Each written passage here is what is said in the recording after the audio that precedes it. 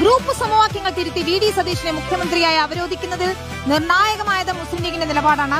അനുനയിപ്പിക്കാൻ high command നേരിട്ട് പലതവണ ഇടപെട്ടിട്ടും VD. സതീശനുള്ള പിന്തുണ ലീഗ് പിൻവലിച്ചില്ല. ജനവികാരത്തിനൊപ്പം ഹൈക്കമാൻഡ് നിൽക്കുമെന്ന പ്രതീക്ഷയാണ് പാണക്കാട് സാദിഖ് അലി ശിഹാബ് തങ്ങൾ ആദ്യം പങ്കുവച്ചത്. ആരെയും പരസ്യമായി പിന്തുണയ്ക്കേണ്ടതില്ലെന്ന് മുതിർന്ന നേതാക്കൾ അഭിപ്രായപ്പെട്ടപ്പോഴും പാർട്ടി അധ്യക്ഷൻ പാണക്കാട് നിന്ന് വി.ഡിയെ പിന്തുണച്ച് പ്രസ്താവന ഇറക്കി. അത് കോൺഗ്രസ് ഹൈക്കമാൻഡാണല്ലോ തീരുമാനിക്കേണ്ടത്. അവര് ജനവികാരത്തൊക്കെ മാനിച്ചുകൊണ്ട് തന്നെയായിരിക്കും തീരുമാനങ്ങൾ എടുക്കുക. അവരും കാര്യങ്ങൾ മനസ്സിലാക്കുന്നവരാണ്. കെ.സി. വേണുഗോപാലും രമേശ് ചെന്നിത്തലയും ലീഗിന് അനഭിമതരല്ലെങ്കിലും പടനയിച്ചവൻ നയിക്കട്ടെ എന്ന ജനഹിതത്തിനൊപ്പം ലീഗ് നിന്നു. കർക്കശക്കാരനായ സതീശൻ ലീഗിന് വഴങ്ങില്ലെന്ന് പഴമക്കാർ പരാതി പറഞ്ഞിട്ടും പാണക്കാട്ട് നിന്ന് മാറ്റൊലി കേട്ടില്ല. അണികൾ അതിരുവിടുമെന്നായപ്പോഴും ലീഗ് ഉറച്ചുനിന്നു. സാമുദായിക രാഷ്ട്രീയത്തിന്റെയും വർഗീയതയുടെയും പഴി കേൾക്കുമെന്ന് ഉറപ്പായിട്ടും നേതൃത്വം പിന്തിരിഞ്ഞില്ല. ഒടുവിൽ സാദിഖ് അലി തങ്ങളുടെ ഇംഗിതം പോലെ ഹൈക്കമാൻഡിൽ നിന്ന് അറിയിപ്പ് വന്നു. വലിയ സന്തോഷമുണ്ട്.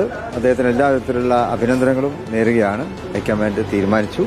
ആ തീരുമാനം കേരള ജനതയ്ക്കൊപ്പം ഞങ്ങളും അംഗീകരിക്കുകയാണ്. മുസ്ലിം ലീഗ് പരിപൂർണമായും അംഗീകരിച്ചിരിക്കുന്നു. ലീഗിന് അർഹമായ അംഗീകാരം എന്നതിനുപരി യു.ഡി.എഫിന് ലഭിച്ച ജനപിന്തുണ നിലനിർത്തണമെന്ന ദൃഢനിശ്ചയമാണ് വി.ഡി. സതീശിന് പിന്നിൽ ഉറച്ചു നിൽക്കാൻ ലീഗിനെ പ്രേരിപ്പിച്ചത്.